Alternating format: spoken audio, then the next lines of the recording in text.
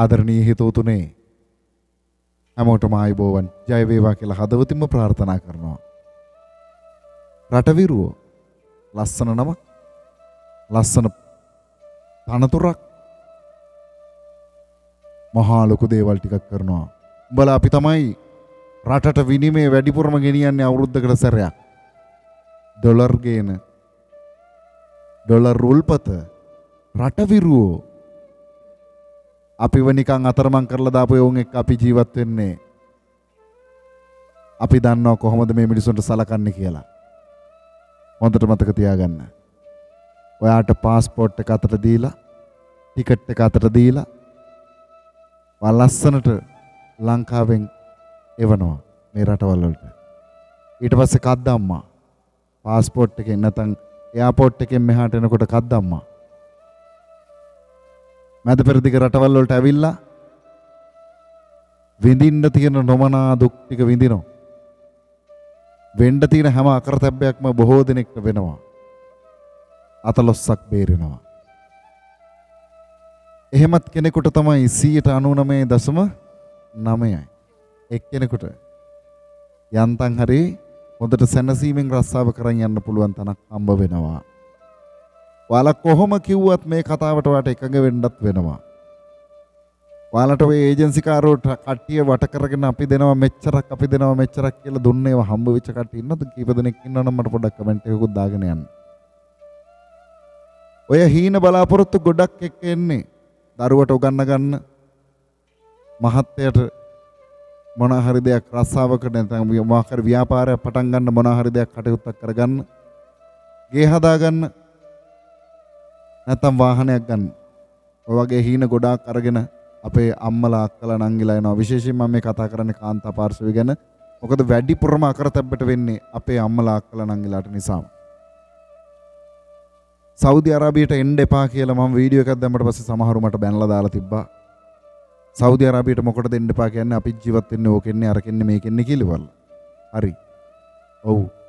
අපි ජීවත් වෙන්න ඕනේ. අපි ජීවත් වෙන්න ඕනේ මේ සෞදි අරාබිය නෙමෙයි කොහේ හරි කමක් නැහැ ගිහිල්ලා ජීවිතේ යට ගහ ගන්න කොහොම හරි ඉන්න ඕනේ. මමත් මේ රටේ සෞදි අරාබියේ තමයි ඉන්නේ. හැබැයි මේ රටට අපි විශේෂ අවධානයක් යොමු කරන්න ඕනේ. අපේ රටට මිනිස්සු වැඩිපුරම මැරිලා ගියේ මේ රටින් සෞදි අරාබියෙන්. රිසානා දුවගේ ඉඳන් තාමත් පණ අදින ගෙවල් අතර හිර වෙච්ච කණ්ඩ බොණ්ඩ දෙන්නේ නැති වතුර ටිකක්වත් දෙන්නේ නැති කාලකන්ණි පිරිසක් එක කාලකන්ණි මිනිස්සුયો කියන අමනුෂ්‍යයොත් එක්ක ජීවත් වෙන්න අපේ උත්තරීතර අම්මට අපේ උත්තරීතර මිනිස්සුන්ට ලංකාවේ මිනිස්සුන්ට සිද්ධ වෙලා තියෙනවා. මම අද දැකපු දුක්බරම කතාවක් තමයි අම්මා කෙනෙක් හිර කරගෙන ඉන්නවලු සෞදි අරාබියේ YouTube නාලිකාවේ කතා කරපු දෙයක් අක්කුමල්ලි කියන අක්කුන් අයියාගේ YouTube නාලිකාවේ රටවිරුවා YouTube නාලිකාවේ කතා කරපු වීඩියෝ එකක් දැක්කා. අපිටත් තියෙනවා පපුවක්. අපිත් මේ ඇටමස් ලේන හරවලින් හැදිච්ච මිනිස්සු. අපිට කරන්න පුළුවන් සීමාවක් තියෙනවා. අපි හැමෝම මුංගේ නීතියට යටත් වෙලා අපි වැඩ කරනවා. යන්න බෑ එළියට ආස කෑමක් කන්න නැහැ ආස ඇඳුමක් අඳින්න නැහැ විශේෂයෙන් කාන්තාවන්. හිතේ හැටියට ජීවත් වෙන්න නෙමෙයි මං කියන්නේ එහෙම වෙන්න ඕනි කියලා. නමුත් අඩුම තරමේ මානසික නිදහසවත් නැති තරම් අපේ මිනිස්සුන්ට. එහෙව් එකේ අපේ උන්ට කණ්ඩවත් දෙන්නේ නැතුව තුන් වේලක් හිර කරගෙන ඉද්දි කාමරයක් අස්සේ වතුර ටිකක්වත් නොදී සීනි අමාරුව තියෙන අම්මා කෙනෙක් කකුල් දෙක කුණු වෙලා බෑන්ඩේජ් කරගෙන ඉද්දි සීනි අමාරුව තියෙන කෙනෙක්ට කණ්ඩ බොණ්ඩ දෙන්නේ නැතුව වතුර දෙන්නේ නැතුව තියාගෙන හිර කරගෙන ඉන්න තරම් මේ පාපතර 70 අරාබි ජාතිකයෝ සමහර උන් ඉන්නවා එහෙම. ඇයි මුන් එහෙම කරන්නේ? උන්ගේ සල්ලි වලට ඒක බලවත්. හැබැයි ඔය අතරේ මට කතා කරන්න ඕනේ දේවල් තියෙනවා. ඒජන්සි කාර්යෝ කියන කාලකන්ණි පරයෝ ටිකක් ඉන්නව නේද? උන් කතා කරපු විදිහ ගැන ඒ YouTube නාලිකාවේ ඒ වොයිසස් ගොඩක් දාලා තිබුණා. ඒවා අහන්න අප්පිරියයි. ලංකාවේ මිනිස්සෙයිද කියලා හිතා ගන්න අප්පිරියයි. මුස්ලිම් ජාතිකයෙක් මොන ජාතිකයෙක් වුණත් යකෝ අපි සිංහල අපි ශ්‍රී ලාංකිකයෝ ලෝකෙම උතුම් ජාතියක් අපි රටේ ඉන්නේ. ඒ ජාතිය විනාශ කරන්න එපා.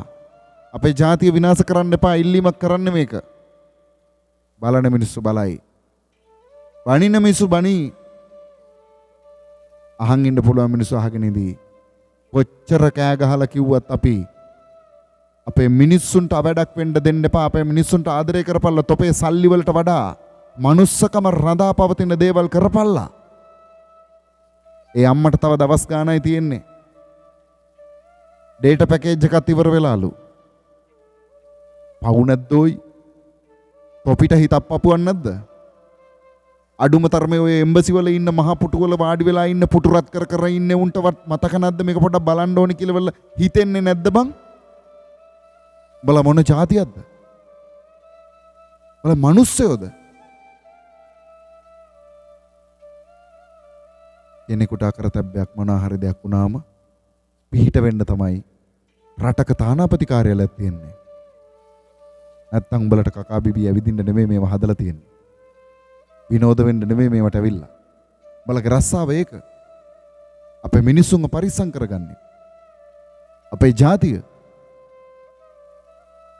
වහල්ලු විදිහට වැඩ කරලා ඇති වෙනකන් අපේ උන්ගෙන් වැඩ අරගෙන කණ්ඩ බොණ්ඩ දෙන්නේ නැතුව අඩුම තරමේ කණ්ඩ බොණ්ඩ ටිකවත් දීපන්. ඒ ගෙවල් වලට ගත්තා නම් පඩි නොදී කමන්නේ. ලෙඩක් අසනීපයක් වුණාම බෙහෙත් පෙත්තක් අරන් දෙන්න මුම් මාර විදිහට පැකිලෙන්නේ. අපේ උන් පැනඩෝල් පෙත්ත හැම රෙද්දටම බීලා මොනවා හරි කරගෙන ඉන්නව කොහොම හරි ඉවසගෙන. ඒ තරම් අපේ උන්ට හයියක් තියෙන අපේ රටේ ජාතිය මිනිස්සුන්ට. ඒ හැමදේම ඉවසන් ඉන්න. හැබැයි මේ රටවල වල මිනිස්සුන්ට එහෙම හයියක් නැහැ. උන්ට හයියෙන් පඩයක් ගියත් මුන්ගේ පුකරි දෙනවා. අපේ උන්ට එහෙම නැහැ. අපේ උන්ට හොඳට දරා ගැනීම හයිය තියෙන ඕන තරම්. උණක් කැම්බිරිස්සාවක් හදනොත් දවස් 2-3 කොහොම හරි කට්ට කාගෙන ඉඳලා දෙහි උණු වතුරයි ඉඟුරු ටික්කුයි කොහොම හරි බිබී ඉඳලා අපේ උන් එක ලෙඩේ සනීප කරගන්නවා. ඊට පස්සේ වැඩ ටික කරනවා මොන දේ වුණත්. මැරෙනකන් අපේ මිනිස්සුන්ට කිසිම වගකීමක් නැති මනුස්සකමක් නැති කාලකන්ණි පිරිසක් එක්ක ජීවත් වෙන්න වෙන තරමටම අපේ පාලකයෝ අපිව අරගෙන අවිල්ලා තියෙනවා. වහල්ලු විදිහට අපි මේ රටවල් වල ඉන්නේ. රටවිරුව කියලා ලබ්බේ නාමයක් දාගෙන තියන් ඉන්න රටවිරුව රෙද්ද තමයි රටවිරුව. වේදනයි දුකයි කාටවත් කියා ගන්න බැරි තරමේ වේදනාවල් විඳගෙන අපේ අම්මලා අක්කලා නංගිලා අයියලා මල්ලිලා මෙතන ඉන්නවා මේ රටවල් වලට ඇවිල්ලා. ජීවිතේ හොඳම කාලේ වැලි කතරට දිය වෙලා යන දාඩිය බින්දුවක් නැත්නම් වැහි බින්දුවක් වතුරු බින්දුවක් වගේ දිය වෙලා යන තරමටම අපේ උන්ගේ ලේ රීරිමාංශ උරා කන જાතියක් වෙලා සල්ලි වලට බොරුවට මෙඩිකල් රිපෝට් ගහලා හොඳයි කියලා වල මෙඩිකල් එක පාස් කරලා කොහොම හරි කරලා මේ රටවල් වලට පැනගෙන එනවා. අවසානයේ ඇවිල්ලා ලෙඩ වුණාට පස්සේ කවුරුත් නැහැ පිහිට වෙන්න. මේ වගේ කාටවත් පිහිට වෙන්න බෑ. තාප්ප ගහංගන වට කරගෙන ඉන්න ගෙවල් ඇතුලේ වෙන දේවල් අපි දන්නේ නැහැ. අපේ මිනිස්සුන් මල ගෙවල් මල කඳන් කීයක් යනවද කියලා අපි දන්නේ නැහැ හරියට. ඒ වගේ ගණනයක් නැහැ. සද්ද බද්දක් නැතුව අපේ මිනිස්සු මැරිලා යනවා ඔහේ. නිකම් පොලිතීන් නුරයකට කවර් කරලා අපේ මිනිස්සුන්ගේ ජීවිතේ. කල්පනා කරලා බලන්න. මේ ගෙවන්නේ උඹලගේ හොඳ කාලේ නෙමෙයි. සබාදහම මොනවත් කියන්නේ නැහැ. මනුස්සයට ආදරය කරන තාක්කල් වටන්න බෑ. හැබැයි මනුස්සයට ආදරය නොකරන තාක්කල් ඒ මිනිස්සුන්ටම නැත්තරම නැති වෙලා විනාශ වෙන තරමටම විනාශ වෙන තැනටම පත් වෙනවා. ඒ ගැන හොඳ අවබෝධයකින් කටයුතු කරන්න ඔය මහා ලොකු පුටුවල ඉන්න නිලධාරි කියන මහත්තුරු හරි කල්පනාවෙන් ජීවත් වෙන්න. මොකද ඉන්නේ චූටි කාලයයි. මේ චූටි කාලය තුලත මනුස්සයා වෙනුවෙන් සේවය කරන්න බැරි නම් බලමහත් තිරිසන් විදිහට නම් ඒ මනුස්සයට සලකන්නේ. ඒ මනුස්සයාගේ මුත් කොහොම හරි කමන්නේ හූරගෙන කන්න නම් බලාපොරොත්තු වෙන්නේ. බලගේ ගමන එච්චර සුබදායක නැහැ. හැමෝම මැරෙනවා. හැබැයි විඳවල මැරෙන තැනටපත් වෙයි. ඉහිලෙන්න. ජය වේවා.